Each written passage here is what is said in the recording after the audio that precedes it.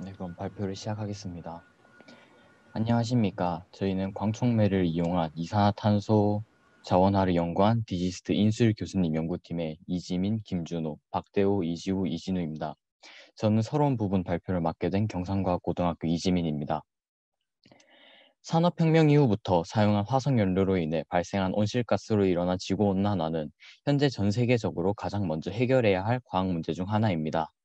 더불어 여전히 화석연료를 이용한 발전에 큰 비중을 두고 있는 우리나라와 전 세계의 화석연료의 가치 연수가 점점 주는 것으로 인한 자원 고갈 또한 매우 심각한 문제로 대두되고 있습니다. 저희는 이러한 문제점을 이산화탄소를 자원화함으로써 해결에 이바지하고자 본 연구를 진행하였습니다. 저희는 무한화 에너지 원인 태양 에너지와 대기 중에 다량으로 존재하는 이산화탄소를 이용하여 메탄올과 같은 자원을 만드는 것이 최종적인 목적이며, 이번 연구에서 광촉매로 가장 효율이 높다고 알려진 이산화티타늄을 은과 백금을 각각 또는 동시에 합성하여 촉매로서의 효율을 더 높이고자 하였습니다.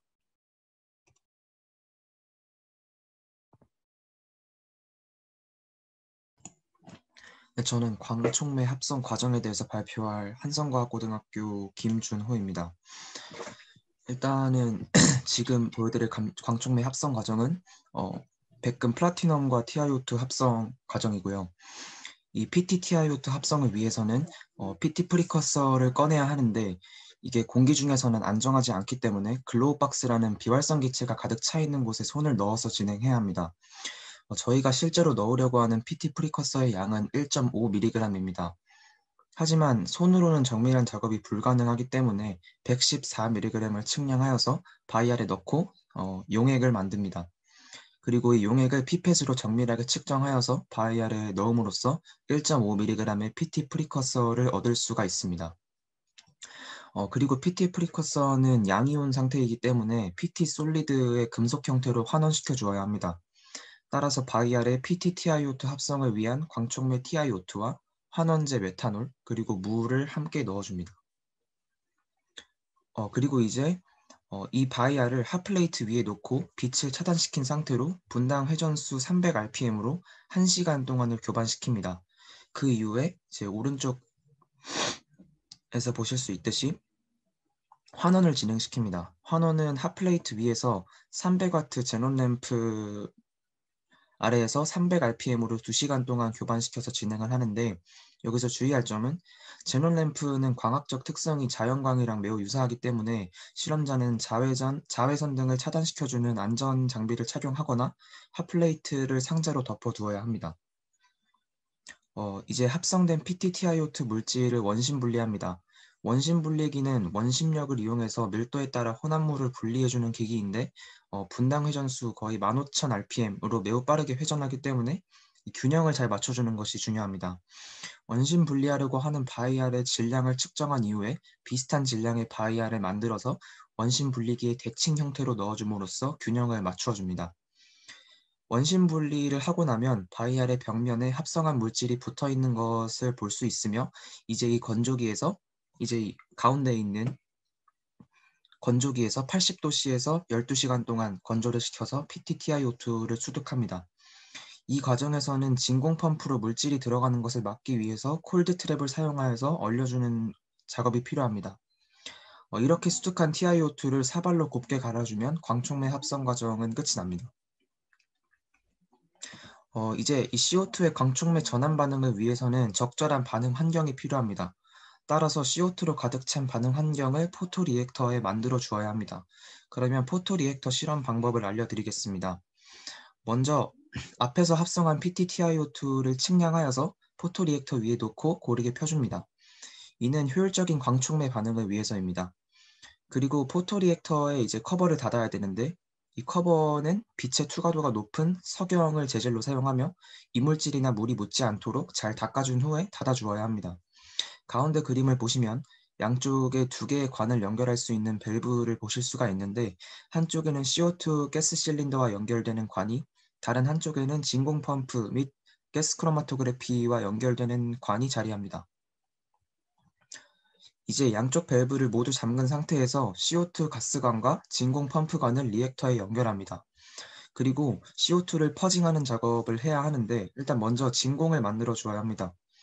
밸브를 잠근 상태에서 펌프를 작동시키면 가운데 그림에서 볼 수 있듯이 펌프관 내부의 압력이 약 2.5 곱하기 10의 마이너스 3제곱 atm까지 떨어집니다. 이후 리액터 내부의 진공을 잡아주기 위해서 진공 펌프 밸브는 천천히 열어주게 되고 진공이 다 잡히고 나면 밸브를 다시 닫아줍니다. 이제는 CO2 밸브를 열어서 퍼징을 시작합니다. CO2가 완전히 퍼징되었는지 알 수 있는 방법은 맨 오른쪽에 있는 기기를 이용하는 것인데 이 기기의 위쪽 빨간색 숫자가 0을 가리키면 CO2 가스관 내부와 리액터 내부의 압력차가 0이 되었다는 것으로 이는 관 내부의 리액터의 CO2 온도차가 0이 되었다는 것을 의미합니다. 즉 퍼징이 끝난 것이고 퍼징을 멈추면 됩니다. 이 과정을 반복하면서 퍼징을 진행하게 되면 이제 광촉매 반응을 일으킬 준비는 다 된 것입니다.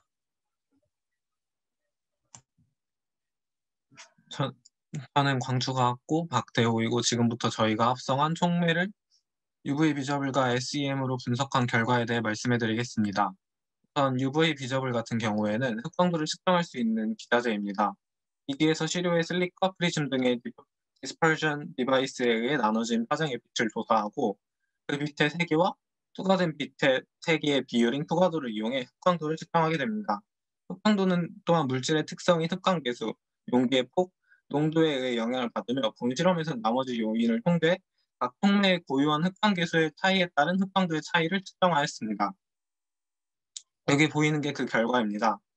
우선은 UV 영역에서는 4가지 촉매 모두 상대적으로 비저블 영역에서보다 더 큰 활성을 가집니다. 하지만 4가지 촉매 모두 아까 말씀드렸다시피 비저블 영역에서는 활성이 감소하게 됩니다. 이것을 나누어 분석을 하자면 우선 태양 스펙트럼의 대부분을 차지하는 비저블 영역에서는 PT의 로딩 여부에 따라 큰 차이가 생겼습니다. 에이지 PT와 PT 로딩 촉매는 유사하게 UV 영역보다는 작지만 상대적으로 더 큰 활성 그리고 흑광도를 가졌으며 그 다음으로 에이지 로딩 촉매 그리고 일반 TiO2 촉매로 흑광도가 컸습니다.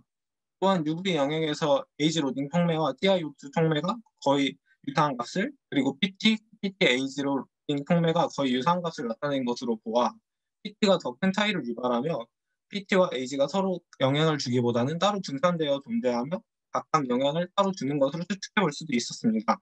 그 원리에 대해 설명을 해드리자면 금속 로딩에 의해 TiO2의 컨덕션 밴드보다 낮은 에너지의 컨덕션 밴드가 추가로 생겨 밴드 갭이 줄어들고 그 덕에 가시광목한 영역의 흑광도가 증가한 것입니다. 그 다음으로는 SEM 결과에 대해 말씀을 드리겠습니다. 우선 SEM은 스캐닝 일렉트론 마이크로스코프의 약자로 필요의 전자 비밀소와 에너지를 받아 방출된 기타 전자를 검출합니다. 그 결과 표면의 입체 구조에 대한 데이터를 얻을 수 있게 됩니다. 여기에서 보이는 사진이 각각의 촉매의 SEM 결과 데이터입니다. 4가지 모두 100에서 180 나노미터 정도 지름의 파티클을 나타냈으며 이게 완전히 펴져 있는 게 아니라 밀려 있거나 아니면 조금 파티클들이 뭉쳐서 존재하는 부위가 다수 존재했고 이로 인해 표면적 이동 감소에 촉매의 활성이 감소했을 수도 있다고 추정이 됩니다. 또한 대체로 비슷하긴 하지만 그 뭉친 정도가 제각각이고 입자의 크기 또한 매우 다양해 이 점에서 약간의 차이가 생겼을 수도 있다고 생각합니다. 하지만 이 이상의 자세한 정보를 얻기에는 SEM의 한계점 탓에 무리가 있습니다. SEM은 10나노미터 정도의 레졸루션을 가지며 0.2 나노미터 정도의 레졸루션을 갖는 TEM에 비해 매우 작은 값입니다. 저희가 본 실험에서 에이지와 PT를 매우 소량 넣어주었기 때문에 SEM의 레졸루션으로는 각각의 존재를 명확히 확인하기는 힘들었고 그냥 아까 말씀드린 것처럼 UV 비저블의 결과를 바탕으로 PT와 에이지가 각각 따로 분산되어 존재할 것이라고 예측할 수밖에 없었습니다. 여기에서 TEM에 대해 짧게 설명을 드리자면 이는 트랜스미션 일렉트론 마이크로스코프의 약자로 얇은 시료를 투과한 전자를 검출하는 현미경입니다.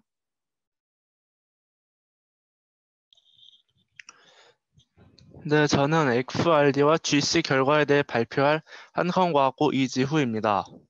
먼저 XRD는 엑스레이 디프렉션의 약자로 이 결정대로 X선을 입사한 후 회절된 광선들의 각과 세기를 측정하여 결정의 구조, 전자 밀도, 평균 위치와 같은 여러 정보를 파악 가능합니다.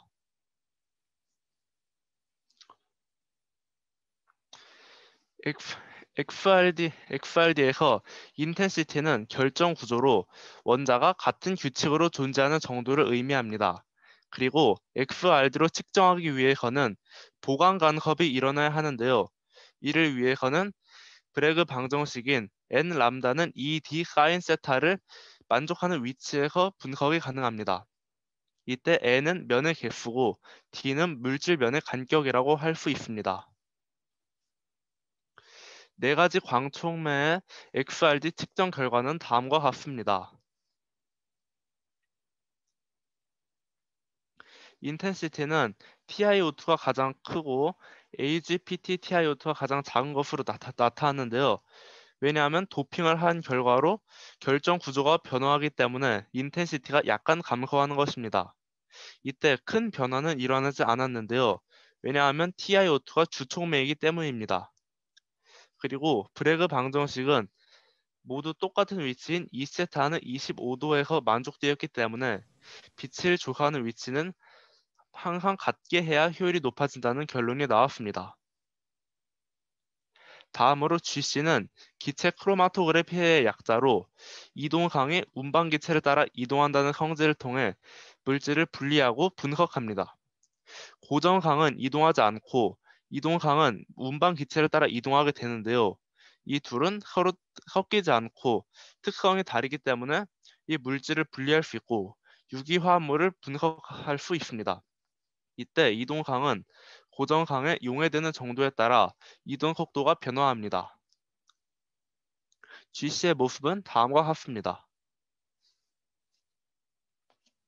이 GC로 측정하고자 하는 값은 각 광촉매를 통해 얻을 수 있는 CH4의 농도인데요. 그래프의 면적값을 측정할 수 있습니다. 이 CH4가 100ppm 있는 표준 기체를 통해 측정한 결과 면적값은 388,726이 나왔는데요. 비례식을 통하여 ppm을 구하고 GH분의 ppm, GH분의 마이크로몰과 같은 값을 얻을 수 있습니다. 이때 이 CO2는 1000ppm을 넣어주고 G는 촉매의 질량, H는 빛을 조사하는 시간입니다. 이때 마이크로몰 공식을 사용하여서 마이크로몰을 측정합니다.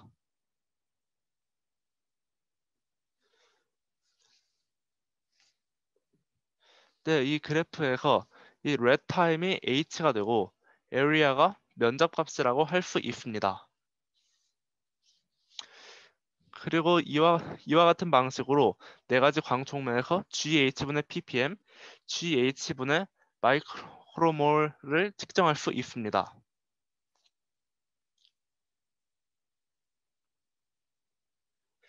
그리고 측정한 결과 두 값은 모두 AGPT TiO2에서 가장 높았고 이 각각의 차이가 상당히 뚜렷하였습니다. 따라서 기존의 TiO2에 비하여 조촉매인 PTAG를 합성했을 때 더욱 효율적으로 작용하였다는 것입니다. 그리고 이 주촉매 TiO2의 효율을 높여주는 조촉매는 AGPT가 가장 효율이 높고 그 다음이 PT라는 결론을 얻었습니다.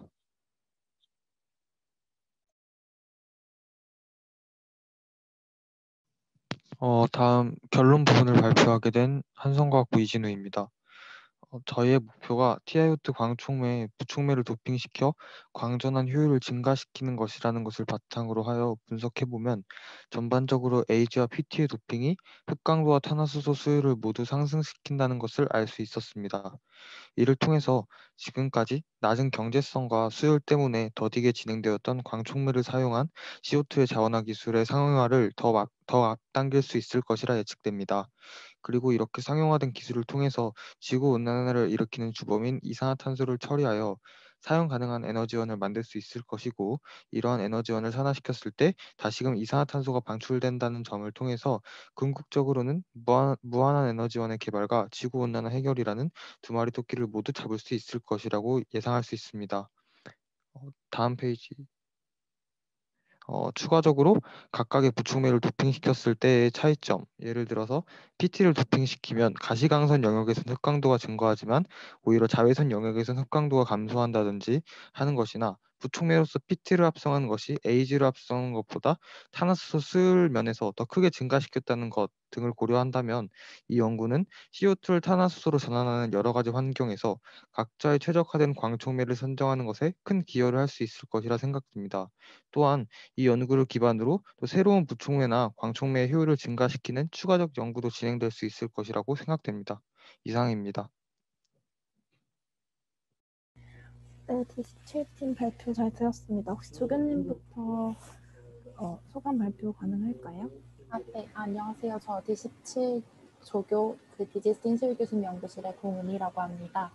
저희 집중 연구 기간 동안 온라인으로 진행되어서 어려움이 있었지만 학생들의 적극적인 참여 덕분에 무사히 마쳤던 것 같고, 그리고 또 제한된 환경이었지만 학생들이 이 연구 활동을 통해서 많은 것을 얻어갔으면 좋겠다고 생각을 합니다. 네, 감사합니다. 학생들이 발표를 통해서 많이 얻은 것 같았습니다. 다음 김준호 학생부터 소감 발표하도록 하겠습니다. 일단은 직접 가서 실험하지 못하면서 제가 원래였으면 좀 더 빨리 이해할 수 있었던 실험 과정 같은 것들을 이해하는 데 좀 어려움이 있었던 것은 좀 아쉬웠지만, 그런 어려운 내용들을 하나씩 알아가는 과정이 되게 뿌듯했던 것 같고, 이름 정도만 알고 있었던 광학기기 같은 것들 자세히 알게 된 거 좋았고, 이제 논문 같은 것도 많이 읽어보면서 실력도 좀 키우고 논문을 좀 효율적으로 읽는 방법을 조금 알게 된 것 같아서 좋았던 것 같습니다. 네, 감사합니다. 다음 박대호 학생 소감 발표하도록 하겠습니다. 우선은 직접 연구실을 가보지 못하고 온라인으로만 하게 돼서 영상으로는 볼 수 있었지만 그래도 직접 눈으로 보고 하지는 못해서 그런 점이 아쉽고요. 그리고 학교에서 연구 활동을 할 때에는 이게 뭔지도 모르고 그냥 무작정 하고 논문을 읽어도 막 제대로 읽지도 못하고 그런 적이 많았는데, 이번 기회를 통해서 정말 무언가를 할 때 이것을 왜 하는지도 알고서 할 수 있었고, 또 실험 과정 같은 거에 대해서도 되게 사소한 것까지도 많이 배울 수 있던 것 같아서 좋았습니다. 감사합니다. 다음 이지민 학생 소감 발표 부탁드립니다.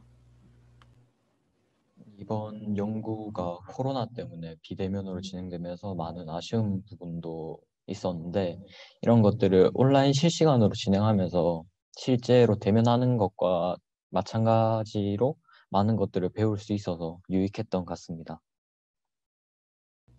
감사합니다. 다음 이지호 학생 소감 발표 부탁드립니다. 네, 저는 이 연구를 통해서 이 광촉매라는 것이 지구를 위해서 앞으로 더 열심히 연구가 되어야겠다는 것을 느꼈고, 그리고 또 이 실험을 직접 하지는 못했지만 이 영상으로라도 이 연구를 간접적으로 진행하면서 연구의 재미를 느꼈던 것 같습니다. 그리고 앞으로도 이와 같은 과학 연구를 진행할 때 이번 활동처럼 이 모르는 것을 열심히 찾아가면서 연구에 적극적으로 임해야겠다는 생각을 하였습니다. 마지막으로 이진호 학생 들어보도록 할게요. 저희 연구하면서 본 실험 장비나 논문 같은 것들 모두 되게 큰 동기부여가 된 것 같아서 좋았고, 네, 무엇보다 실제로 가서 실험 직접 했으면 더 좋았을 텐데 그 점이 좀 아쉬웠습니다. 감사합니다.